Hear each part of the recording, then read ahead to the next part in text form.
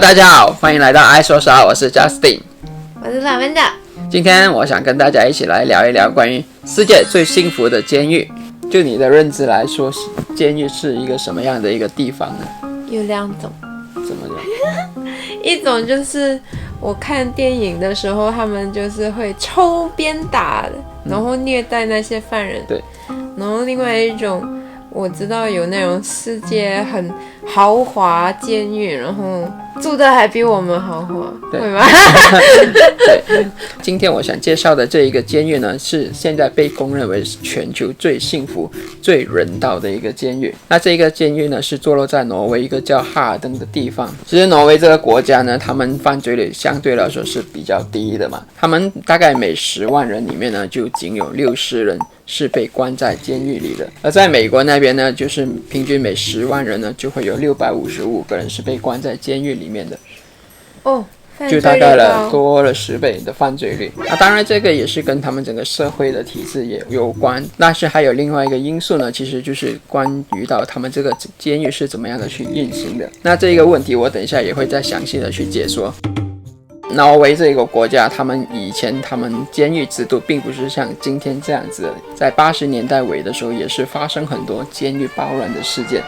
那因为时常发生这些监狱暴乱的事件呢，挪威国家的政府就想要很认真的去看待这个问题，所以他们在90年代过后呢，就彻底的改革了他们的所有的监狱的制度，他们就想要把监狱打造成比较人道的监狱。那哈尔登监狱是挪威第2大的监狱，他们总共是用了10年的时间来建造这一个监狱，然后花了大概2.5个亿美元去建造这个监狱。那么久。对，就那么多钱，那么久。那我要说那么多钱那么久。它整个设计呢，都是由很著名的设计师去设计这个公寓的，去卖太多房的原因。变公寓。那哈尔登监狱呢，是沿用了这个庭院的设计方式，只是它更多的像一个校园宿舍的设计概念。但是有围着的。它只是外面围了一整个大的水泥墙。但是水泥墙里面呢，就设计成了像一整个社区的感觉。那外面呢，都种了一些像桦树、松树，还有蓝莓树。如果不是因为它有水泥墙的话，你根本就觉得好像你走进了一个森林小区，整个环境都是非常的舒适，非常的优雅，给人一种绿意盎然的感觉。他们呢，仅仅在监狱的墙上做涂鸦艺术呢，就花了100多万美元。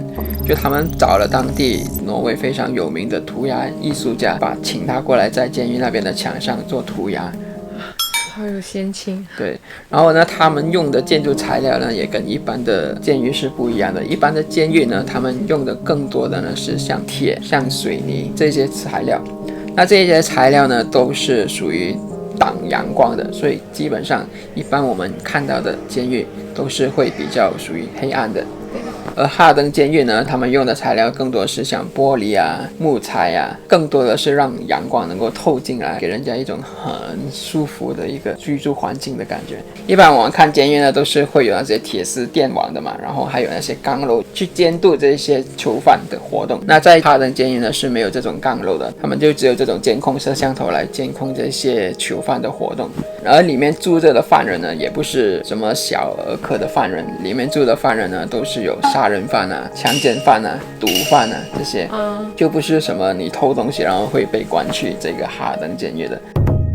这里的囚犯呢，他们每一个囚犯都有自己的房间的，所以这整个哈尔登监狱呢，大概就只有255个房间，每一个房间大概有10个平方米。每一个囚犯呢，他们都有自己的房间的钥匙，然后每一个房间呢，都配上自己的浴室、自己的厕所，还有一个电视机，还有一个 DVD 机。这些囚犯的房间的空间，如果我们拿来跟别的国家监狱房来做对比的话，有一些国家他们监狱呢，这个10个平方米的房间呢，是住了16个犯人的。我们墨尔本市中心的房间公寓就只是房间多少平方米？30平方米吧。酒店房间20多平方米吧。20多平方米，所以他们有10。他们也是有10个平方米。啊，对，而且都有窗口的。没有什么暗房的。就我们在之前的视频说到的九龙城寨，你还记得吗？非常拥挤的地方，它的居住环境是比九龙城寨好很多的。对啊，那叫他九龙城寨的去犯打罪劫。而且呢，这些囚犯呢也不用穿什么制服的，就没有所谓特定的要你穿囚犯的衣服。那衣服哪来？你的家人带给你啊。哦，对啊，你可以要求那边的狱警帮你去买衣服啊。有钱有钱工资，对，这一个我等一下再跟你说。在这一个基础的生活条件上呢，这个哈尔登监狱配给他们的设备有些什么呢？每12个房间呢，他们都会共用一个厨房，然后还有一个客厅，然后客厅也有一些沙发给你坐，然后又有游戏机给你玩，然后对啊， PS5 那可能有 PS5 吧，不知道。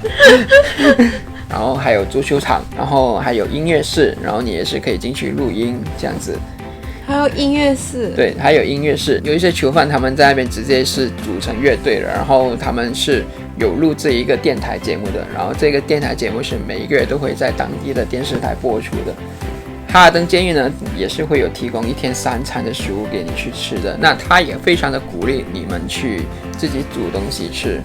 那可能今天我们配送给你的食物是你不合你胃口的，或者是你今天就是心血来潮想要自己下厨的话，然后你有一些材料你也想要买，在哈尔登监狱里面呢也有一个小的超市，就你能够在那个超市里面买你想要煮的材料，然后就在那一边下厨，还可以挑哦。对啊，而且呢他们那边都是囚犯还有那些狱警那些整个监狱的工作人员一起坐下来吃饭的，而不是说你们吃饭然后那些工作人员在那边站着看着你们，大家都好像一家人共处在一起的。整个监狱呢还有提供很多的不同的课程，每天给你上课，比如说你想要学烹饪课啊，那边也有烹饪课程给你学，比如说你想要学音乐课，那边也有就是大学老师在那边教你们玩音乐，就是你每一天的生活都可以很多姿多彩的。然后呢，那边的犯人呢，他们的家人、亲属、朋友都是每一周可以来探望他们2次嘛。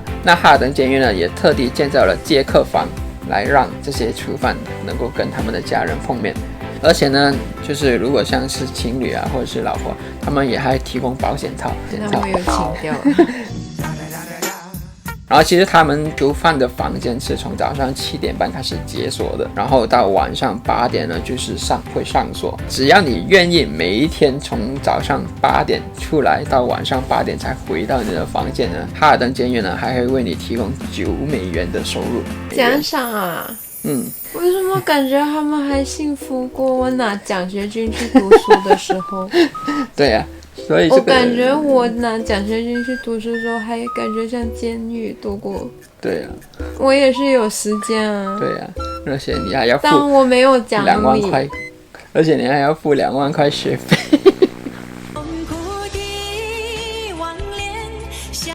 刚才我们说了嘛，这一个哈尔登监狱呢，他们是可以收纳255名的囚犯嘛。但是你懂，在哈尔登监狱里面呢，他们总共有350名工作人员，并不代表全部都是守卫，有一些是医疗人员，然后有一些是心理师，也有健身教练啊、社工。就他们的工作就是去帮助跟辅导这些犯人，而且里面有很多这些美女的工作人员。就他们有进去专访嘛，他们就说你这么漂亮啊，你真的要去这样危险的地方工作，你不担心这样子嘛？然后他就说其实在这里面工作是非常的安全的，就这里的囚犯都非常的有礼貌，都非常的有文化了，就慢慢的因为监狱的整个文化而感化了他们环境，对整个环境，人的环境差不多。而且呢，不是说你要进来工作呢，你就能够进来工作的。一般在像美国这些国家呢，如果你是想要进去这些监狱工作的话，你就大概读一个课程，然后那个课程可能你5-6周你读完，你就可以得到一份在监狱工作的机会了。那如果你想要在哈尔登监狱这边工作呢，你是要读一个文凭的，这个文凭是要你读2年，你才可以毕业，然后毕业了你才有机会到哈尔登监狱工作。那在美国呢，那个课程它更多是教你怎么去劝架，不要让这些犯人跟犯人发生什么争执。而哈尔登监狱要求的这个文凭呢，它更多的要求你是需要读心理学，然后更多的是要求你去学会怎么是人与人的沟通。那出来就是很好的销售了，也是。对。社会上呢，也有一些人是非常的反对哈登监狱这么样的对待犯人的，因为他们在犯人的身上呢，每一个犯人一年的花费是高达9万美元的。在美国呢，他们每一位犯人的费用呢是大概3万美元，因为其实说到尾，这些钱就是纳税人付的。所以就有一些人很不解，为什么要去花费这么多的钱在这些犯了这么严重的罪的犯人的身上？为什么还要给他们待遇是比很多一般的人可能生活条件都还不及的一些地方？而且工作薪水也可能没那么高就工作也不到9万美元，对吧？对啊，所以5-6万是正常。但是一般我们就是认为，如果一个人在社会上犯罪了，然后呢，他们就是会想要把这个人惩罚，把你放到去一个非常恶劣的环境，然后希望用这个恶劣的环境呢来去惩罚你做错的事情，然后让你可能每一天过得非常的不好受。重点就是你的那个预期服满了，那你还会不会是改过自新的一个人呢？还是你是变本加厉呢？出来了又再继续的去犯罪？就他们其实最着重的就是我把你释放了出来之后呢，你会不会再犯罪嘛？那在美国大部分的监狱提供的就是把犯人当成动物般的对待的，所以呢，在美国一般的犯人的再犯罪率呢都是高达了60%，而在挪威呢只有16%。所以10%是真正邪恶的人。对，就人还是会有烂的人。但是其实挪威政府认为，我把你关在监狱里，其实已经剥夺了你的自由，是对你一个惩罚了。但是我在惩罚你的同一时间呢，我必须要考虑就是我能够怎么样让你改过自新。你当时犯罪是为了怎么犯罪，所以就有了心理学家在里面去辅助你。然后呢，你的身心健康，你一定要锻炼身体啊，所以就有健身教练来帮助你。健身教练，然后呢，我都没有健身教练，你还要付费买会员卡。而且呢，你现在想要学习什么课程、什么技能呢，都是要自己去付费报读课程。那他们就说，哦，那你被释放出来社会之后呢，你有什么想要做的工作？你想要做厨师吗？你想要做厨师，这里有烹饪课给你学。你想要做音乐老师吗？这里有音乐课给你学。就是他要确保他出来之后会对社会有贡献。对，挪威政府他们在设立整个新的制度的时候，他们最重要的一个问自己的问题就是说，你希望被释放出来的一个犯人会是一个什么样的犯人？这些人当被释放出来之后呢，都是可能会是你我住在隔壁的邻居嘛。如果我们在里面把它当动物的对待，那出来的话，它可能就是一个动物。但如果我们把它是感化，当成一个人来对待，帮助他重新走入正道，我们至少就是能够减低这整个社会的犯罪率嘛，从而达到了监狱的真正的目的。哪怕你是花了9万块钱来养一个犯人，如果你花了3万美元，但是他们出来了之后，他们还继续不断的去犯罪的话，那你那3万美元其实白交了，对不对？对，就美国这一个监狱的制度问题是非常的严重，严重到就是他们这个国家的犯罪率不断的上升，而导致了在美国甚至出现了有私人经营的监狱。就是有一些私人集团，他们就说，哦，你不够地方来收纳这些犯人是吗？没关系，我们自己投资出钱盖监狱，帮政府去接待这些犯人。然后他们这些私人监狱呢，就有自己的一套经营的模式，因为他们就是要挣钱了嘛。就在美国那边有很多的知名企业，像麦当劳啊，像 IBM 啊，像苹果、戴尔这些公司，他们都跟这些私人监狱经营公司有过很多的交易。比如我在外面找这些人来干的话，可能我要付他们4000美元一个月，那我说我给你2000美元一个月，你把这个活帮我给做好。那私人监狱呢，再去找监狱里面的人说，我给你1000美元一个月，把这个活做好。他基本就是压榨这些犯人嘛。那他们都被暴力利用啊。对。监狱他们到底整个作用是为什么？我们看到哈尔登监狱真的是非常的属于5星级的待遇吧，就很多社会上可能有上50%的人过的生活可能都不比哈尔登监狱里面囚犯过着生活幸福嘛。对啊。然后我们可能还抱怨我们还在这边辛苦的工作，然后每一年去交税，然后这些税的钱被拿去来养这些曾经杀过人、曾经强奸过人的犯人，为的是什么？那如果我们不这么样做的话，他们出道来之后会让整个社会更不好。犯罪了就是犯罪了，这是不能改变的事实。那我们能做的就是，那我们可能怎么样可以减低以后的这个犯罪率嘛？所以在这一方面，这些北欧国家就做得非常的好。这也就是北欧国家他们的整个国家的犯罪率是如此的低。然后同样的东西，你看一下美国，大家就知道到底哪一个制度是更好的，对吧？我知道为什么那个挪威的16%出来之后也会继续犯案。为什么呢？因为他们还想再进去住啊。因为里面白吃白做嘛，对吧？那我去挪威强奸小鲜肉好了。